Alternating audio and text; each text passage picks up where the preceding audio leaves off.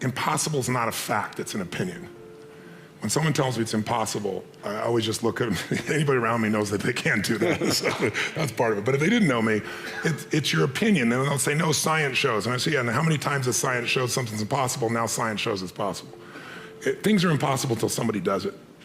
And so I find that, most of your business people, you look at businesses and what does it take to make a business grow? It's not impossible to make a business grow. A business has been shrinking for a long time, or it's been stuck. The real problem is always, the chokehold is always the psychology and the skills of the leader, always. And 80% of that is psychology and 20% is the mechanics. Like if you don't know how to read your financials and you're trying to fly the plane of your company, I mean, come on, if all you do is go down and you look at profit and loss and you see what it is and you have a beer, either way, you either celebrate or you get depressed, something, you're gonna be in trouble, right? But if you have the skill sets, that's one thing, but you can get any skill set if you have the psychology.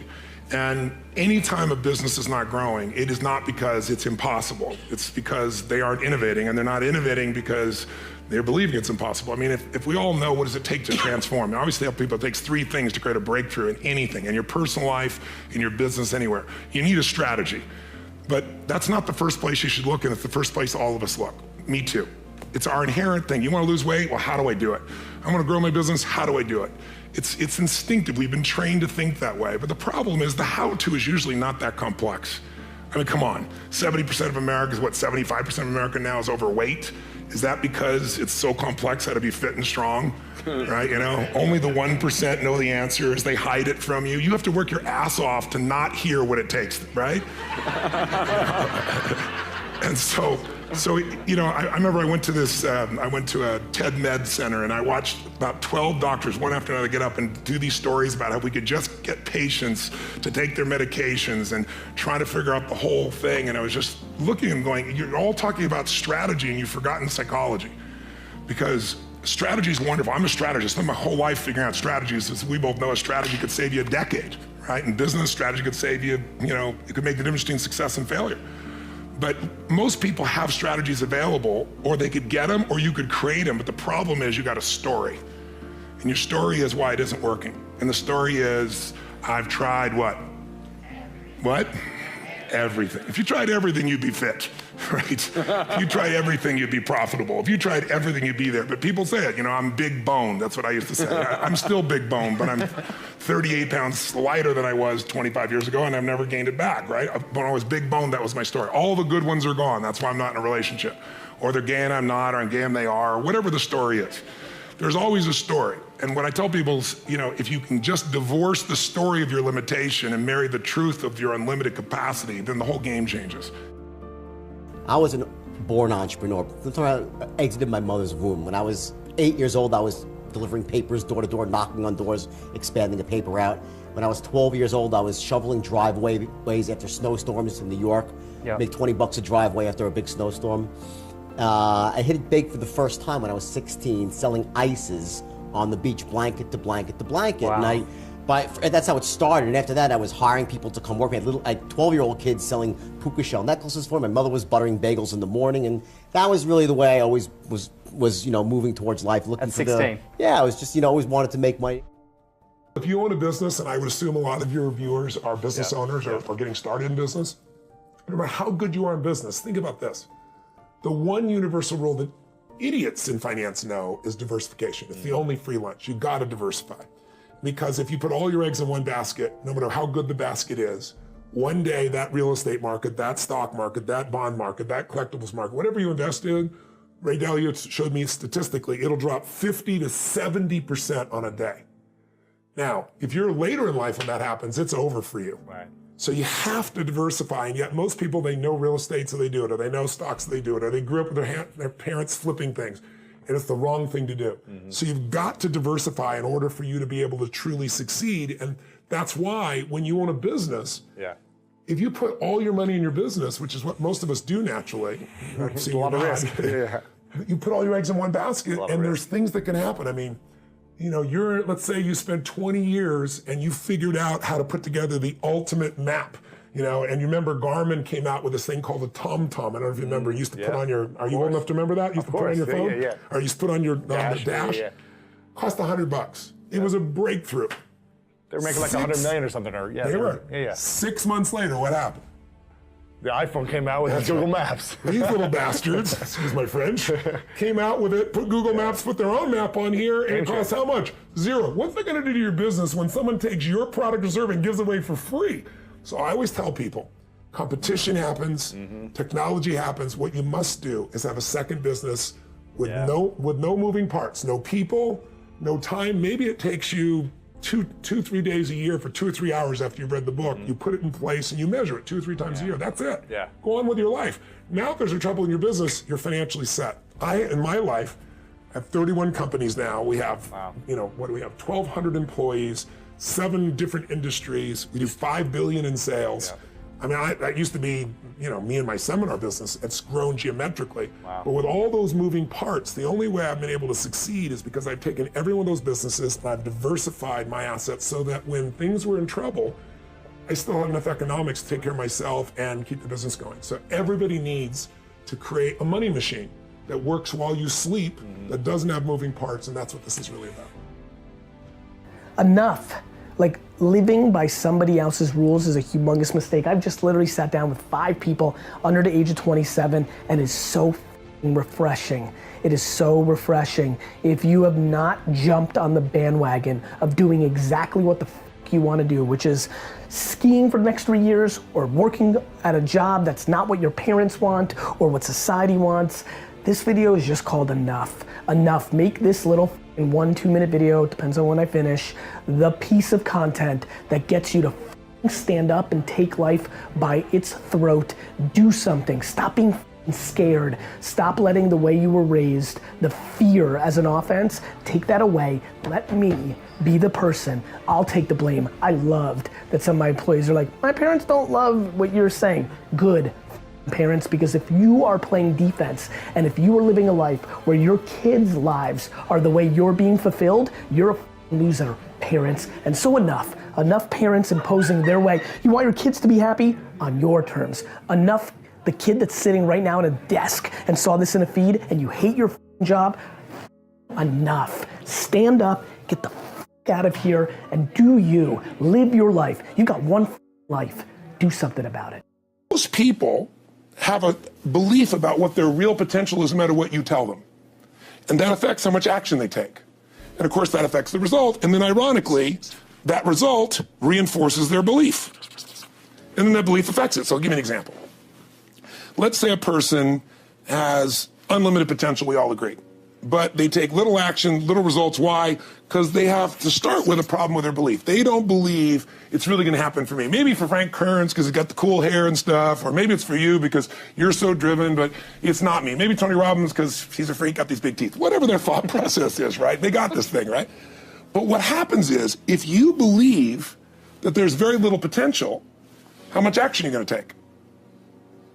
Nothing, little. And when you take little potential with a little action, what kind of results do you get? Lousy little results. And when you get little results, what does that do to your belief? You go, see, I told you this was a waste of time, told you this wouldn't work. And then what happens? You tap even less potential, you take even less action, you get even worse results, and your belief gets even weaker. And this sucker feeds on itself until you are in the downward spiral. It's poisonous. It's poisonous and it's self-fulfilling. Now, what if something could happen that could come along and fill you with a sense of absolute certainty? Not like I believe, but mean where you know. In you guys' case, mine as well, we knew because we had to. Because we burned the boats. There was no other option. We had to find a way. We weren't going to live that way. We all did it in different ways and for different reasons, but in essence, that was it. If you get yourself in a state of certainty that this is going to work, I'm going to find the way, and if this doesn't work, I will make the way, then you tap a lot more potential. And when you're certain in your potential, you take massive action. When you take massive action, you really believe in something, you get great results. When you get great results, your brain goes, see, I told you I was a stud. I told you this thing would work out. Now you're even stronger. You tap more potential, take greater action, greater results. That's how you went from $300 in a week to $2,500 in 5 days to $100,000 in a month to $1 million in a day. Same thing with you. And we get momentum. That's why the rich get richer and the poor get poorer.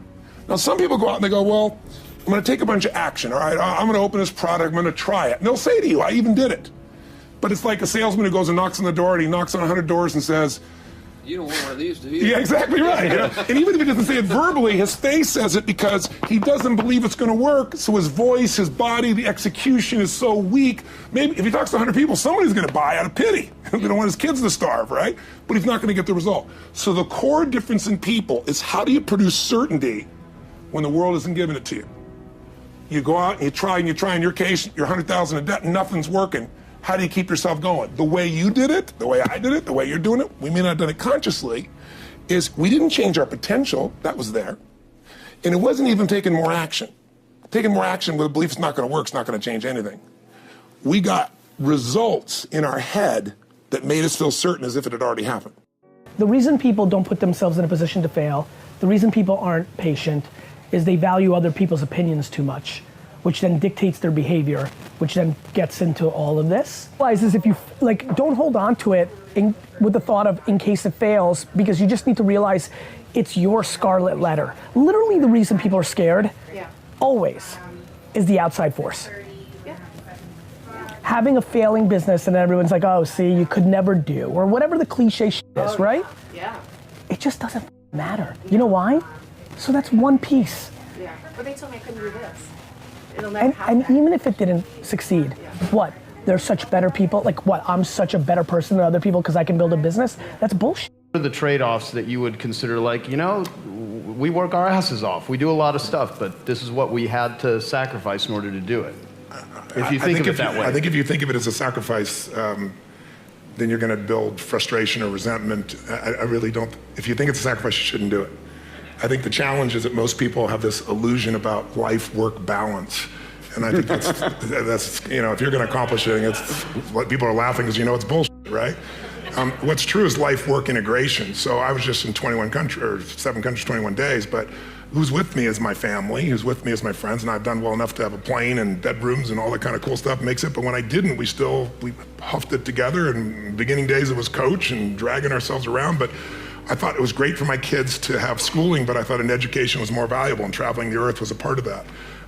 But we're in the middle of this crazy schedule, but it's not work, it's a mission. When it's work, it's that. I always ask people, I said, how would you describe what you do? And people, I say, is it work, is it career, or is it mission? And most people, of course, say it's work, and that's exactly what it is. It's heavy. If it's your career, it gives you something more. If it's your mission, it doesn't wear you out. It brings energy to you. It's fulfilling. And if you can tie your mission in with the people that you love, it's pretty cool.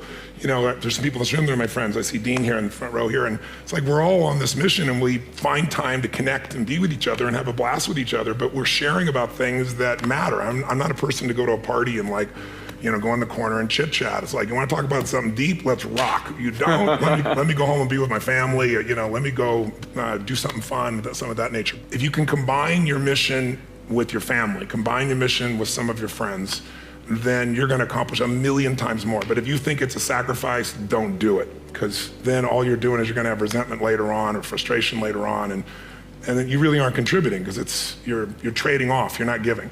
I love the passion to win. The problem is you tried to close on the first move.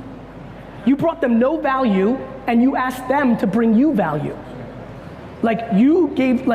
I will stand up here and give a load of value and never mention one time for any of them to follow me, and a lot more of them will follow me than are gonna follow that bullshit move that you just did.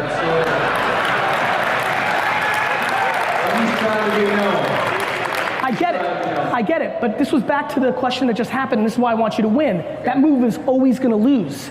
You can't go, tonight when you go out in Vegas and you see a pretty girl at the bar, you can't go up to her and the opening move is like, here's my key, let's go.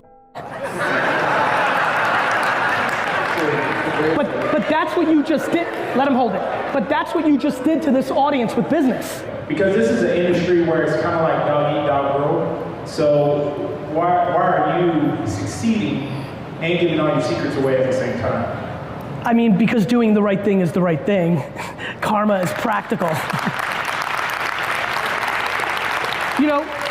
I heard somebody rant earlier, right? That was like, hey, when I win, I don't think it's coming out of you. The guy that closed, I couldn't know who was on stage, but I believe in that, right? Because I love the idea of 85 people here going and listening to me, winning. I didn't make anything for it, but it then becomes brand. If she goes out and listens, and then 2 years later, she's having dinner with a friend, and she's talking about what happened to her life, that friend might be the CEO of GE. You know, I'm playing with the biggest brands in the world. I'm not trying to monetize my audience. I'm trying to just bring the most value in the world and let that lift all my other opportunities. So I think giving away your best secrets is the greatest strategy for 2 reasons. Karma is practical and leads to more business, but here's the secret, and it's even funnier. 99% of these people are not gonna do anything about it.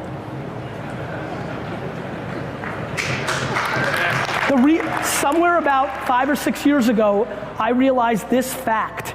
Holy shit, people aren't gonna do anything with this. So, there's still gonna be plenty for me, and I'm gonna be the most lovable guy ever. I love this. You know, my dad was an underground parking lot attendant, and I had no business background, but I had this passion to help people. And then I was this artist, like a lot of the dentists out there, and I wanted to do this beautiful work, but I realized again, boy, if I don't learn how to market and innovate, all these ideas are just gonna die with me. And so I developed those skills, and once I learned how to do that, how to do more for a client than anybody else, how to add more value, how to get obsessed about everything you can do for these people, when you do that, you don't have satisfied customers. Satisfied customers go away. You have raving fans, and raving fans stay. And raving fans tell everybody else, and raving fans are what build your brand and what grow you. So those things allowed me to grow in my educational business, and then I just applied those to other businesses. You weren't born into a rich family. You're the wrong skin tone. You're this, you're that. I get it. But we got the at bat. You won the lotto. You won it. You got the at bat. Do something with it, especially now. Your grandparents didn't have this. The internet is crazy shit. It just is. It just is. And so, why do you think everybody's getting outed now? Because 3 old white guys don't control the media anymore. The f do you think is happening here? This is the greatest era ever for anybody. The market, the platform is the internet. This is unbelievable, unprecedented times. We will look back at this 200 years from now like these had a good opportunity. This is buying real estate. Do you know somebody bought the land that we're on right now for $1 at one point? That's what's happening with us on the internet. The attention of the end consumer is cheap right now. You can grab it around whatever the f you want to be about, and it doesn't cost you anything other than your time. And so many of you are complaining, but then are too fancy to put in the 15 hours a day to get it. I got no respect for that. I got no respect for anybody who complains and isn't putting in the work. Because it's an excuse to not do. There is ridiculous confusion in the system. I am winning and will win at all time levels. Get ready, you will tell your grandkids that you once saw me live. I mean that. And by the way, it's not because, by the way, real quick, because I don't want claps for that, I need you to understand how I think about that. It's not because I think I'm fancy or great. I think it's because I'm very calm and simple about one simple, tiny thing. Underpriced attention. It's so grossly underpriced. I'm asking you, let me tell you the story about MTV. When MTV came out in the early to mid 80s, how many people remember when MTV was launched?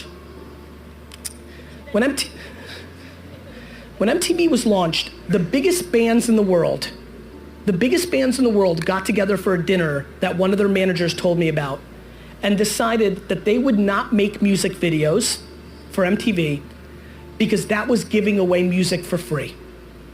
That why would we spend money to make a video, put it on MTV, when that's giving people the music for free and they will not go out and buy the record. At the same token, up and coming artists, Madonna, Duran Duran, and on, understood that it was where all the attention of the youth was, and it was a gateway drug to the sale. They understood that MTV was a jab, not the right hook. Facebook and Instagram at this second is the most underpriced scaled jab in the history of marketing, except for one other moment. From 2001 to 2005, Google AdWords was a ridiculously underpriced jab. How many people here took advantage of Google 2001 to 2005? Raise your hands. So for you, you really know. That's how I did it. Wine Library had no money, but when you're buying people who want to buy wine for 5 and 10 cents a click, it works out real fast when it's that underpriced. One company during that time acted the way I'm aspiring to act right now as Gary Vaynerchuk on social media. One company from 2001 to 2005 spent enough to justify how underpriced it was. That company was a small book company called Amazon. Amazon, as you all know now, is the company of our world. It will win everything. It hasn't even begun. Literally, the only thing that will stop Amazon is antitrust government involvement. Otherwise, it will destroy everything. It got its fuel from Google 2001 to 2005. That occurrence is happening right now on Facebook and Instagram, and we're not squeezing the juice out of that fruit anywhere close. At least we have picked up the fruit. I'm not going to spend much time on work, and don't look shocked. It's not that I don't think it's tremendously important, because it is. We've got to accept responsibility. We've got to accept the fact that we've got to perform. And as I tell the kids all over America today, now's the best time you'll ever have in life to get ahead. Now's the most opportune time in America that it has ever been to get ahead. Here's what I say. If you show up for work on time, and stay there until the appointed departure time, if you do what they pay you to do, and then they pay you, then nobody owes anybody anything. Now, if you want a raise, get there a few minutes early. Ask for extra things to do. Be cheerful and positive and optimistic and helpful. Don't goof off and try to get out of work. Deliberately seek the boss to find extra work, and then I will absolutely guarantee you a raise in short order. Now, your current employer might not be the one to give you the raise. But somebody down the street's going to see what you're doing, and they're going to say, that's the boy I want working for me. That's the girl I want working for me, because he or she are doing more than they're paid to do. That's the way you get a raise. Oh, don't misunderstand, you got to work. You can't be like this old boy down home. And you're going to find out earlier, there are an awful lot of old boys down home. Somebody, at least there were when I was down there, somebody asked him how long he'd been working for his company, and he said, ever since they threatened to fire me. So that's about the size of it, yeah? But here's what we've discovered. If you got a good self-image, if you have your goals set in life, if you've got the right mental attitude, nobody has to tell you, go to work. That just follows naturally. So this is what we're going to work on, and you got to have a desire to succeed. You can't just casually want the good things in life. It's got to become a passion for you. Your dream has got to be more than just an idle thought. You got to be willing to build the foundation under it, and that's for sure. Now, we're going to be taking these steps, and quite obviously, ladies and gentlemen, I believe that these steps are what is necessary. But let me identify to you what one of the major problems in America is. One of the problems is, you see, we have said to people, all of these things are available. We've shown them the big homes, the big cars, the swimming pools, the jet set, the style of living that a lot of people say, yeah, I'd kind of like that. And then on the other side of the ledger, we have said everybody not only can get these things, but everybody deserves these things. America is a rich and affluent land, and everybody can get them.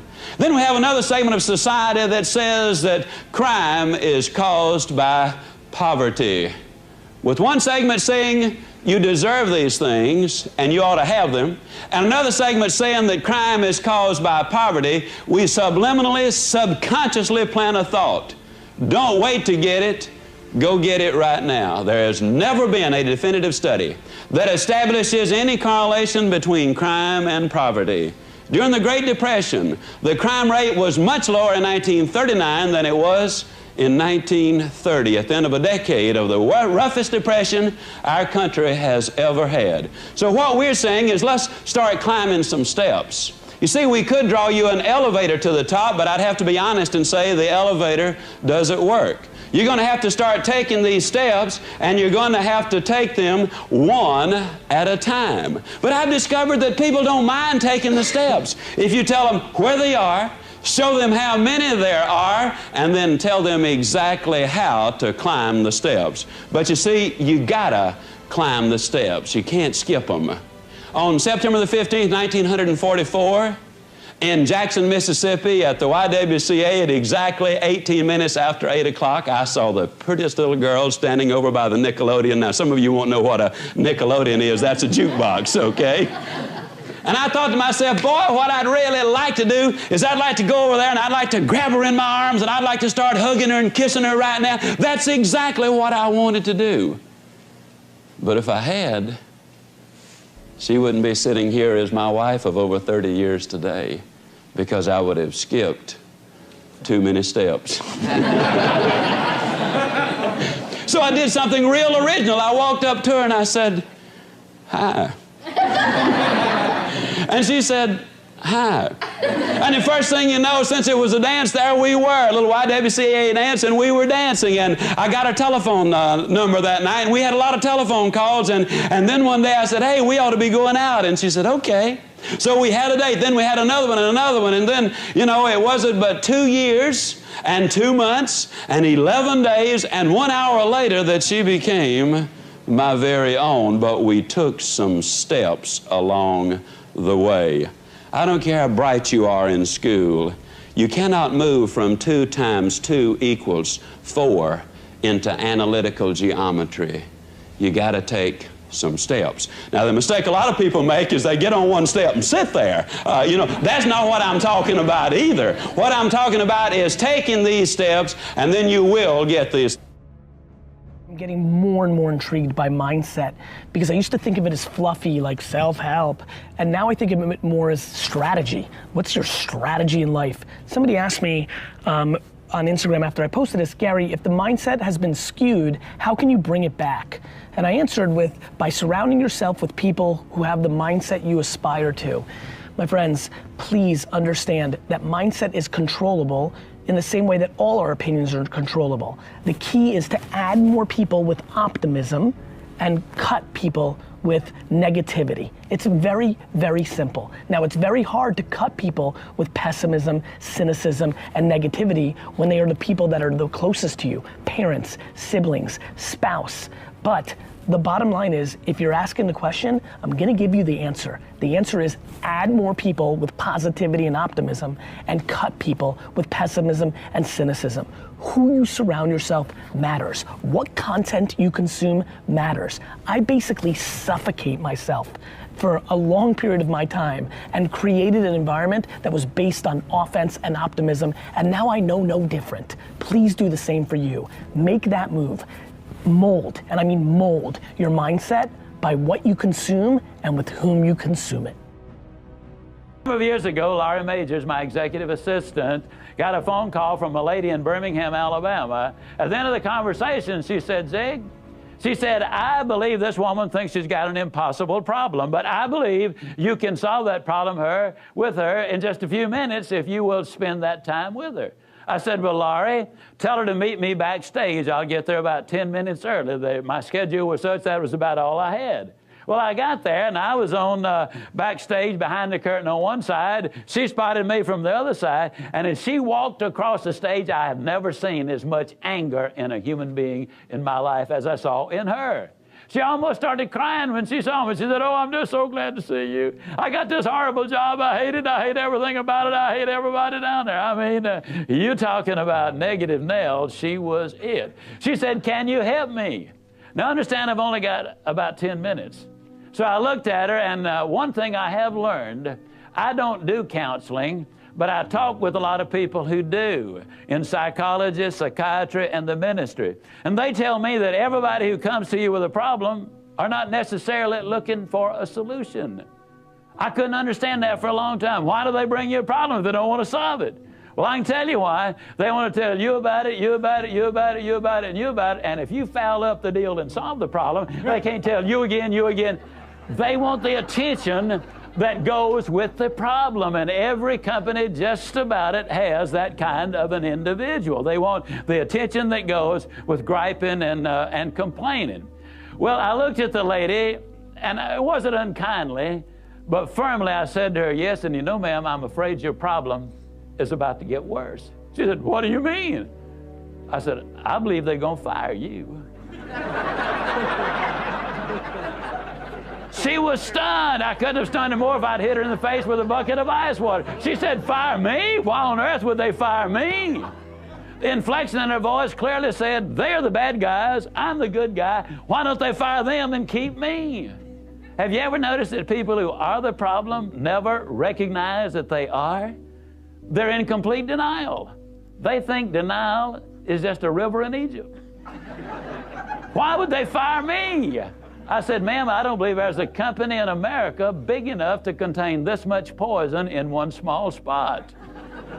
Have you ever noticed that when somebody is about to lose something they've been complaining about, whether it's a car, a home, a mate, a job, or whatever, when all of a sudden it appears they're going to lose them, it takes on brand new value.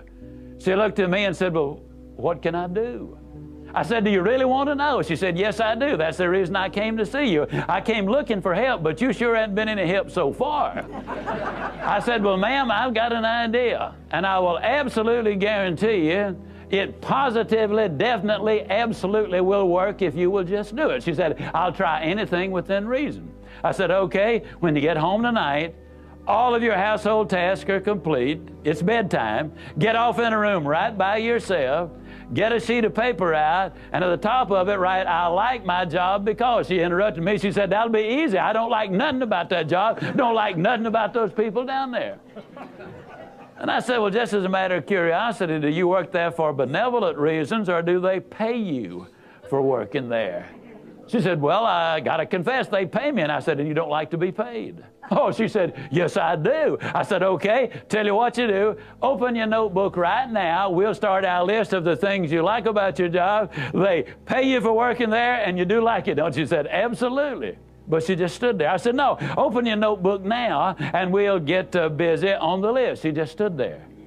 I said, ma'am, let me tell you what my experience in life has been. I've discovered that in 100% of the cases, no exceptions, people who won't take step number one never take step number two.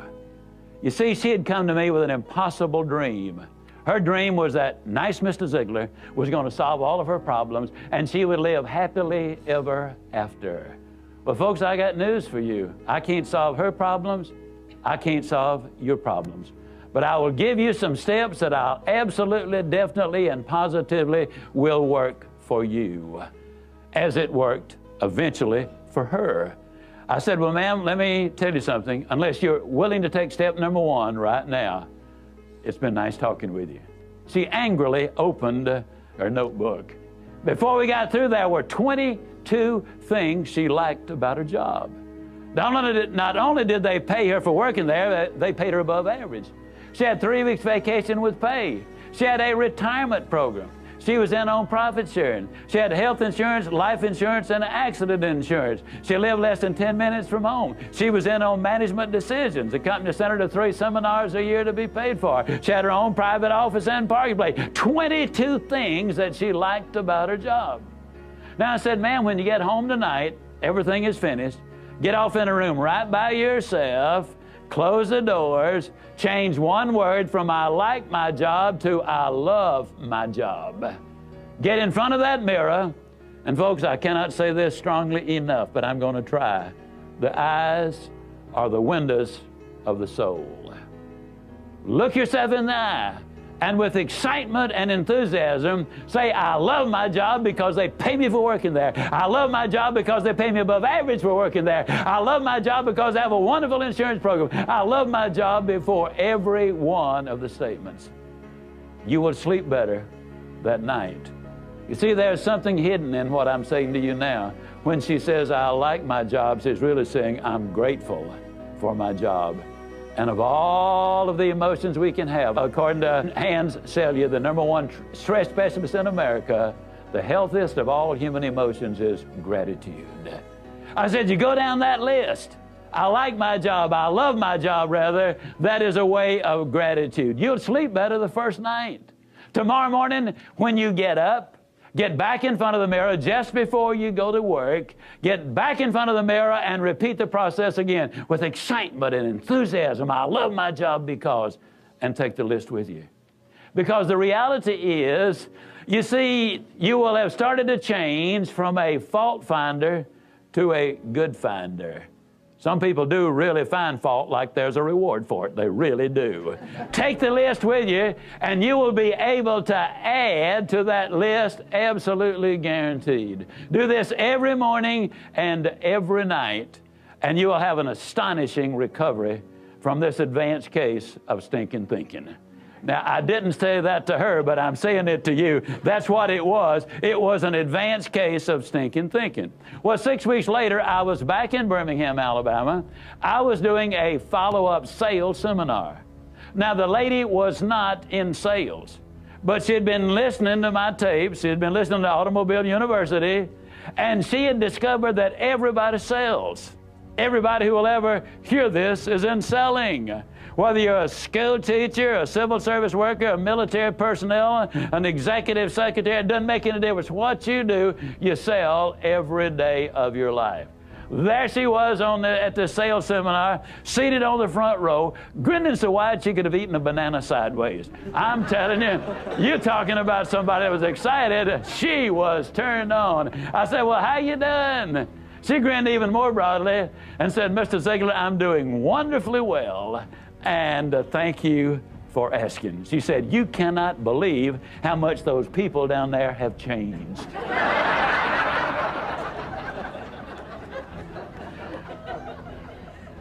I got a lid on the line, folks. You're not going to change anybody else till you change you. Everything really does begin with you. Now, you see, the unfortunate thing, this lady had been raised in a very negative environment. First, her parents had told her that she'd never amount to anything. They had said, you know, you're always late, you're always sloppy, why can't you be like your brother or your sister or whatever? When she got married, her husband had continued it, and so her self-talk had become completely negative. Everything that she said about herself was negative. You know, like Dad said, I'll never amount to anything. Or like my husband says, I can't do anything right. But when she started changing the input, then some radical changes took place.